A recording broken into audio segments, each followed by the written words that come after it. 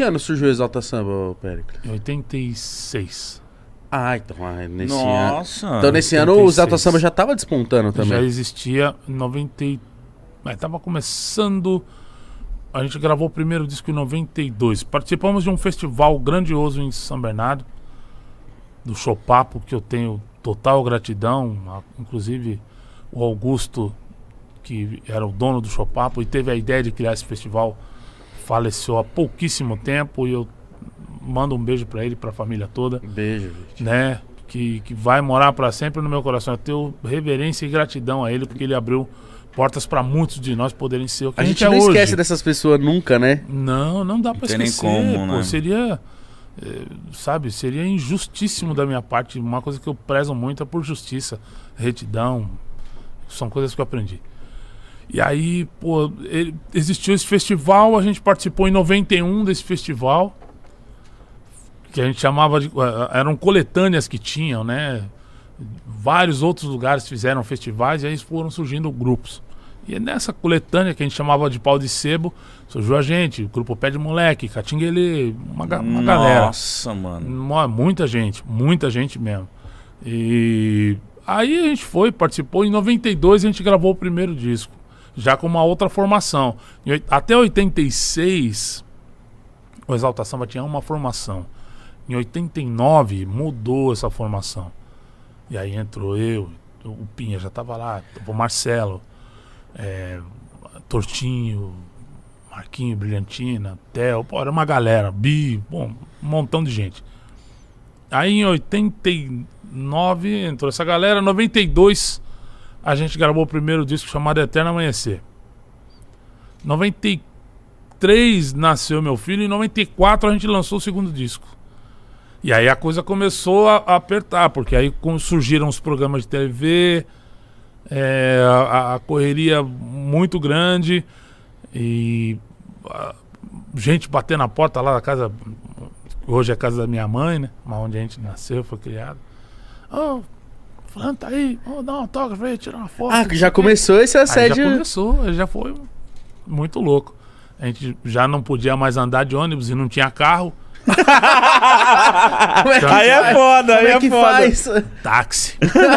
Nossa, tinha que gastar tempo. mais. Gastamos mais, até que um dia a gente falou, bicho, não estamos gastando um dinheiro Grande, né? grande e desnecessário.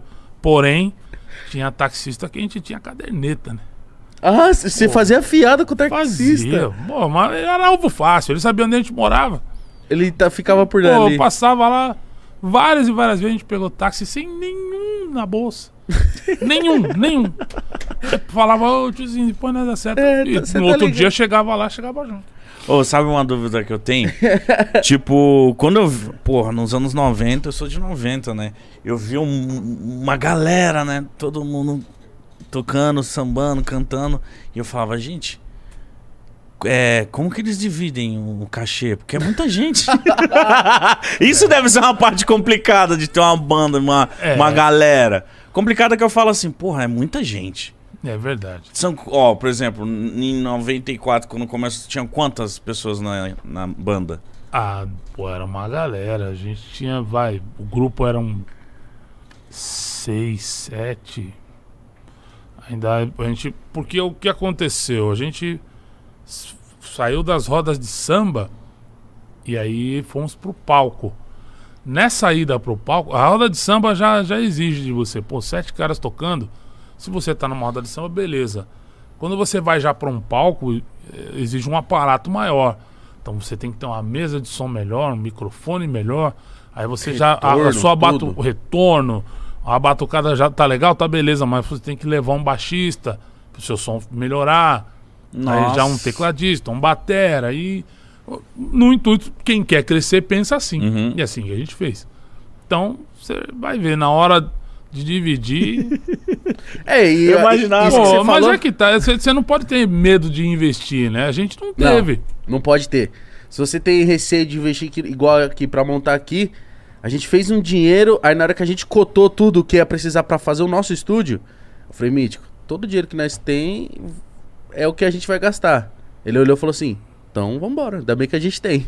Pô, E foi isso, e a gente investiu tudo. Só que eu imagino que essa transição da roda de samba pro palco é muito difícil, porque acho que muita gente deve enxergar muitos grupos que sonham estar em palcos e fazer um sucesso que o Exalta Samba fez, eles começam em roda de samba, só que você olha na roda de samba, você enxerga o grupo ainda amador. É. Então essa transição de mostrar que você é capaz pra ir pro palco deve ser muito difícil. Ter oportunidade de ir pro palco. Foi difícil pra vocês também? Foi muito, porque a gente não tinha noção nenhuma. Primeiro isso. Um cara que ajudou muito a gente ter uma noção maior do que era o se posicionar em palco.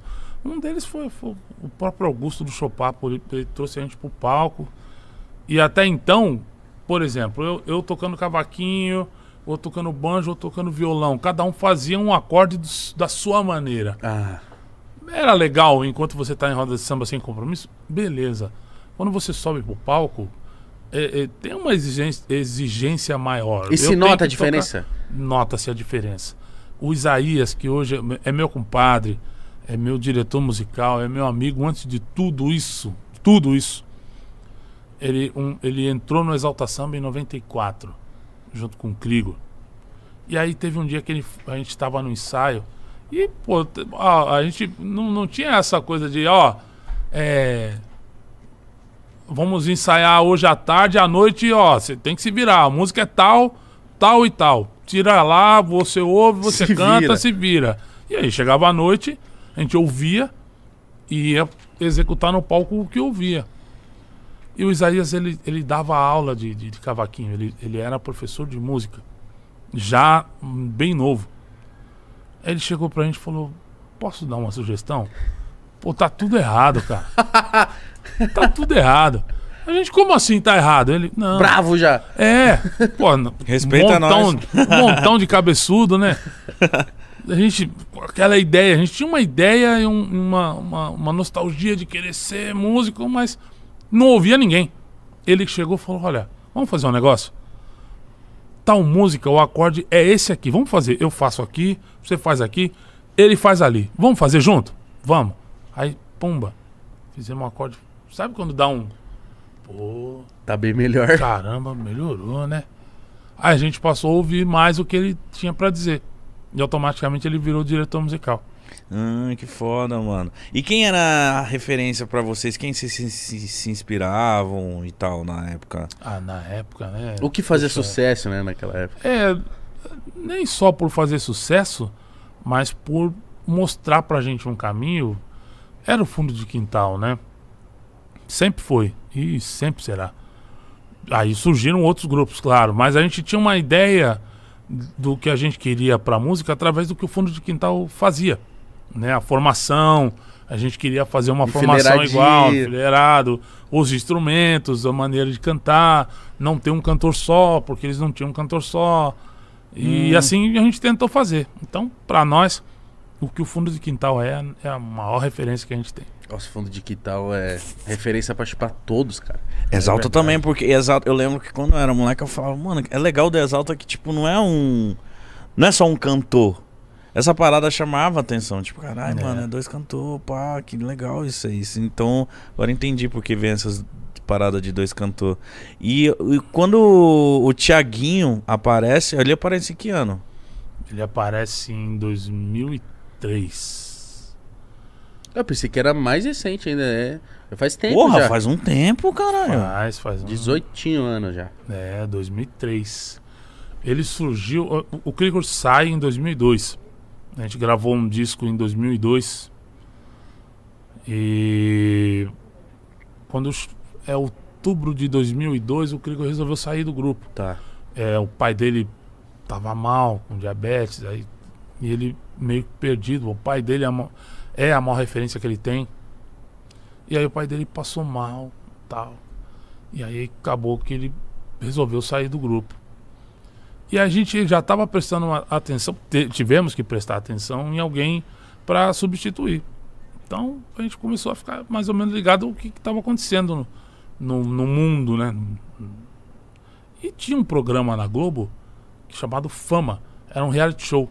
Nesse reality show tinha um cara que a gente olhou e falou: pô, esse cara é legal. Eu olhei, não falei nada. Cada um olhou, não falou nada. O Pinha, principalmente, também olhou, não falou nada. E a gente, na batalha, tentando fazer com que o Krigor não saísse. Mas ele quis sair, tá tudo certo. Nossa, e deve ser tipo, Né? pô, grupo dando certo. Aí o Krigor quer sair, vocês imaginam, tipo, putz, cara. Puta, man. E Tristeza, agora? Fel. É, porque É. você imagina que, tipo, putz, não vai dar certo mais. A gente pensou, durante muito tempo. Mas aí o Pinha segurou comigo nos vocais. E a gente foi. Você Ficou fez- quanto tempo? Isso que eu ia perguntar, você fez muito show ainda, só você? Foi, muito não. Até janeiro, fevereiro de 2003, janeiro de 2003, a gente batalhou um pouco. Fomos nós dois tocando a bola até a gente fazer uma reunião com o Thiaguinho, porque surgiu a chance da gente ir participar de uma parada no Rio, e o Thiaguinho foi lá.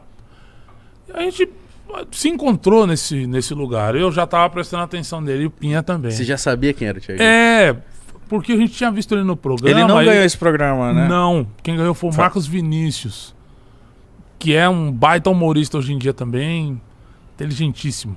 E a gente prestou atenção no Thiaguinho, sentamos, conversamos com ele. Eu E ele chamei tava pra como? Ele ideia. tava emocionado? Ele tava pô, emocionadão e batalhando pelas coisas dele, né?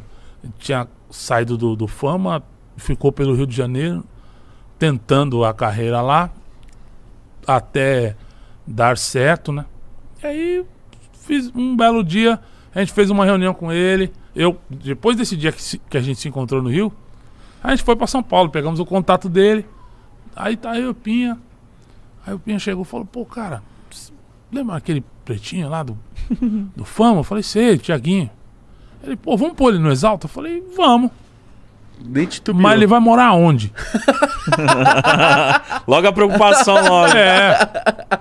Porque já decidimos que seria ele. Porque ele reunia tudo aquilo que a gente gostaria de ter num outro cantor. Que o Krigor já tinha. Aí deu certo, chamamos o Thiaguinho. Ele entrou dia 8 de janeiro de 2003. Onde ele morou? Ele morou em Mogi das Cruzes. Porra. Ele tem parentes lá, primo, tio. Ele morou lá, aí depois morou em Santo André e agora tá pelo mundo. Mas quando o Thiaguinho apareceu, eu não imagino... Um dia ainda a gente vai conversar com ele, eu espero. Tipo, eu não imagino a responsa pra ele entrar num grupo igual o Exalta. O Exalta já tava gigante. Muito fã, os fãs cobram, né? É, Tipo, verdade. Como que foi a recepção dos fãs? Como que foi? Você lembra? Tipo, Ah. como que era? Pô, no começo é horrível, né? O fã, né? Por exemplo, vamos imaginar se entrasse alguém no lugar do Fred Mercury. Nossa. Queen. A gente ia descer a lenha. Como entrou um menino que representou muito bem, mas não era o Fred Mercury. Então o fã tem aquele Saudosismo, pensamento, né? Saudosismo. É assim. É normal. Uhum. Mas aí entrou o Thiaguinho. As rádios não queriam tocar ele a princípio. No primeiro disco ele gravou acho que 2 ou 3 músicas. Eu gravei quase todos os vocais de 14. De 14 eu cantei 11 músicas. E ele cantou 3. Mas as 3 que ele tocou, uma das músicas era Estrela, Ah, que é um dos Sucesso. maiores sucessos dele. E aí eu falei, não, ele vai gravar. O povo queria que ele cantasse uma só. Eu falei, não, ele vai cantar umas 3. A gente lutou e batalhou por ele. Demos o respaldo pra ele, né? E aí, o resto é história. Virou o que virou. Virou o é, que virou. mano. Mas você lá em 93, que começou a... Pô, é música, focar 100% e tal. Você lembra de... O que foi alguma música, algum show que foi essa viradinha de chave que você falou assim... Pô, agora acho que ainda vai conseguir Arregaçar. seguir a vida disso. Porque sempre tem uma viradinha de chave. É uma música que acerta, uma composição, é algo, cara. Tem. A música 24 Horas de Amor foi um divisor de águas pra gente. Porque até então a gente tocava em São Paulo. No estado de São Paulo. No estado de São Paulo é pretensão. A gente não ia até Campinas, velho. Tocava Não só ia. aqui capital. Tocava ali, capital, e tava mais do que feliz da vida. Não tinha muitas rádios que tocavam samba. Não era muito normal ter rádios tocando samba, principalmente. Não tinham programas de samba. na nossa época... O samba também o era samba marginalizado? era de uma certa forma marginalizado. Não, samba não, tocar isso aqui não. Acho que boa parte das músicas, até atingir um certo patamar, sofreram um bocado. O samba sofreu, o sertanejo sofreu, o funk, meu Deus do céu. Pô, mas eu não funk. imagino um samba, cara, sofrendo alguma coisa assim, porque o samba não é o samba, mano. Mas teve época que as pessoas tinham vergonha de dizer que gostavam de samba. Olha, entendeu? mano. Era mais importante falar que gostavam, sei lá, de algum MPB. artista renomado da MPB, porque isso era uma maneira de ser bem aceito, entendeu? Do que propriamente dizer que gostava de samba. Caralho, que doideira, eu não imagino o preconceito que devia ter no Era samba. horrível. É o preconceito que o funk sofre, né? Que o piseiro sofre ou sofreu durante muito tempo, mas nem tanto tempo, né? Hoje em dia as coisas andam com mais rapidez e você tem o Barões da Pisadinha tocando entre as 50 maiores do mundo. Faz tempo. Faz um tempo, né? Então, sofre-se um preconceito, é normal as pessoas terem medo daquilo que não conhecem, e o preconceito é puramente isso, mas quando se mostra que veio, o resultado é esse que a gente tem, do samba, do forró, da música sertaneja, do forró universitário e por aí vai. Mas nos anos 90 o samba pegou um auge ali, né? Tomou conta.